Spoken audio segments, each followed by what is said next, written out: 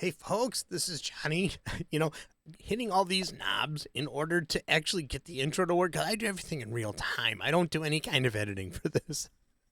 I've always got to laugh when I actually get it. I'm like, yes. Okay. Anyway, this is Johnny. Welcome to the Home Studio Trainer Show. And today is going to be a little bit different. Now, I have done searches on this. I'm sure that they're out there, but I couldn't find any on YouTube about anybody doing a video on the direct inputs for Studio One's VST instruments.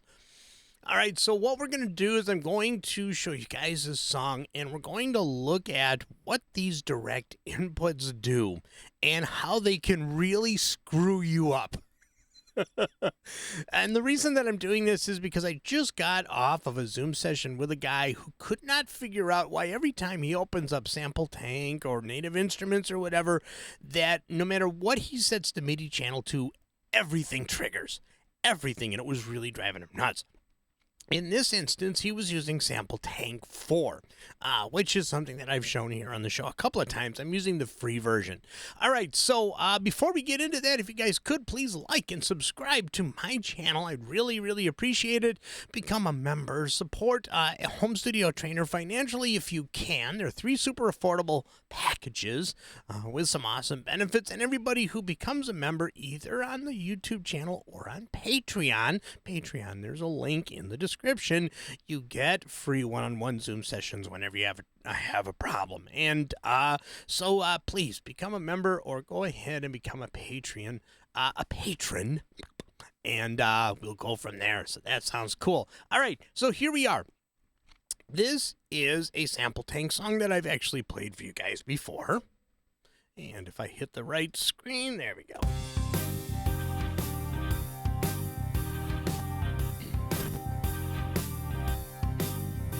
All right, so now, my CPU's going nuts because I got the latency low. All right, so now if I open up Sample Tank.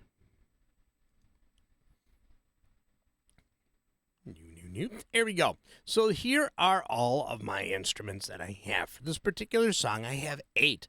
So if I have none of the tracks armed, I don't know if you guys can see the keyboard here, and I play the keyboard, nothing happens. If I hit my atom, nothing happens.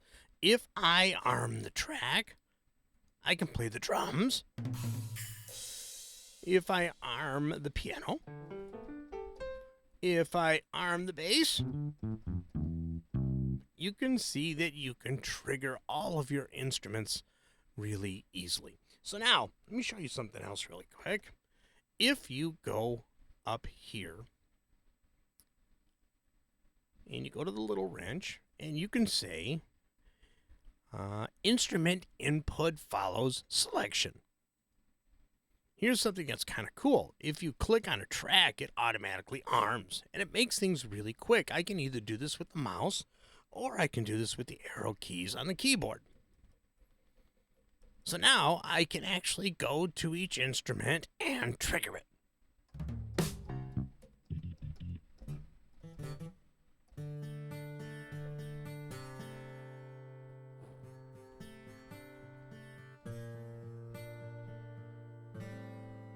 Just like that, and I can just keep going. Organ.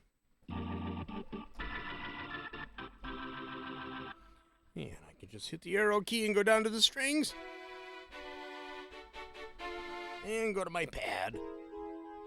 And my lead. Oh, I've got it muted because I hate the track I did. There it is.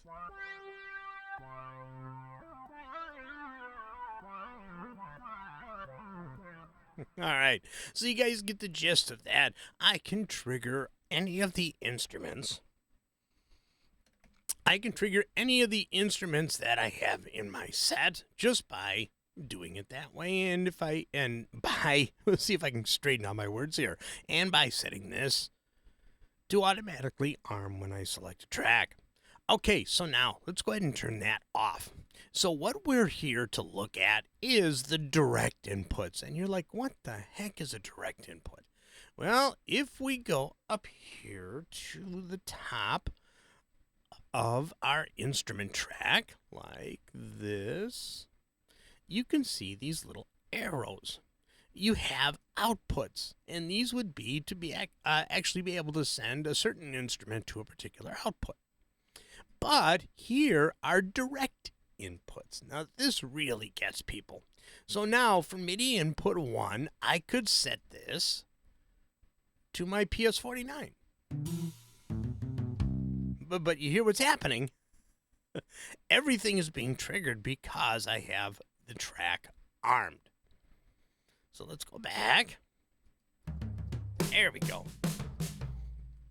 So I can have an external device actually play each instrument directly without arming a track. Now, you can't record from here.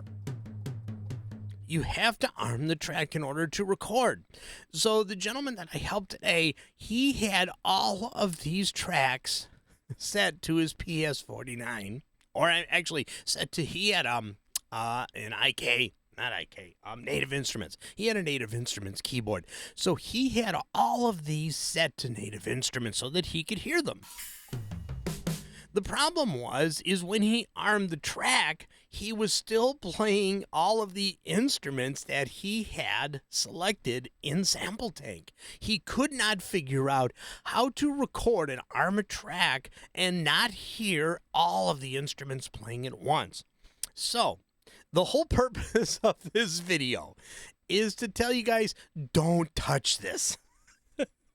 All this really is, as far as I can see. Now, if you guys know a better reason for this option here in Studio One, somebody like Gregor or Joe Gilder or maybe even Johnny Lipsham, please make a comment in the comments area, because the only purpose for this that I can find is if you want to audition certain sounds in your multi-instrument VST without having to create a track. Or you would actually go ahead and use this and have all of your different devices. Let's say you've got a drummer in here. Here is my, let's see, I have my, this is my drum kit. This is my MPK Mini. This is my Atom. Let's say you had a musician for all, sitting down in your studio for all of your external devices. You could actually give them and directly play and have them directly play an instrument in your list. The problem is you would actually have to create an audio track and record everybody at once, or set up multiple audio outs for each individual instrument, blah, blah, blah, so on and so forth.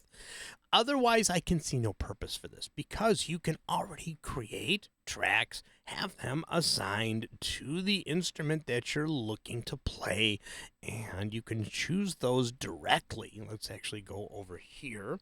You can actually choose those directly in the track itself. So I can go here, and here's all inputs, or I can just have the drummer, which is the new keyboard. I haven't changed the name of it to drums yet, but I can have the drummer play the drums and arm. I can have the piano player play using my PS49, and so on and so forth. So technically, it does what I needed to do without having to use this. I think this is cool, but I don't. If you can create tracks, what is the real purpose? I would really like to know. Somebody from Personas chime in, maybe. Because I cannot figure out what this would be for, unless, of course, I've already explained what it's for. It's for auditioning and being able to play directly without having to create a track. So now that I'm actually thinking about it, I suppose this would be fantastic for live. Let's say you've got your MacBook out there, you set up all your instruments, you got your drummer on his V-drum kit, you got your guitars playing a keytar or maybe a MIDI guitar, and you would actually just go ahead and assign all these and play live. Maybe that's it. I don't know, but it really messed up this poor guy that was desperately trying to record his VST instruments on separate tracks and just couldn't get these guys to shut the heck up so that he could record his tracks. So, yeah, so if you know the answer to that, please put it in the comments below, or That's it. That's my advice for the Studio One VST Instrument Direct Inputs. It is a cool feature, but I would really like to know what the intended purpose was supposed to be. Maybe to play a couple of instruments at the same time, but only record one at a time? I don't know. I can't figure it out. So if you guys have an answer, please put it in the comments. All right. Like I said, if you guys could, I'd really appreciate it if you'd like and subscribe to my channel. And click the bell for the notifications. Become a member if you'd like to support me financially. There are 3 super affordable levels. Or become a patron over on Patreon, and that link is in the description. All right, that's going to be it for me today. Lots more videos coming out, and if you have any ideas for subjects, please go to one of my videos here and make a recommendation in the subjects. I read the comments every single day. So if you have a video that somebody else did, and you're like, I'm really not understanding what's going on, can you explain this a little differently or whatever, I'd be happy to actually redo, not redo, but I'd be happy to actually assist you in understanding the video. You know what? Right now it's only 1:30 in the afternoon here. I work graveyard shift and I am so tired. I'm not awake yet. I just woke up an hour ago. So I hope that this was helpful, and I'll see you all in the next video.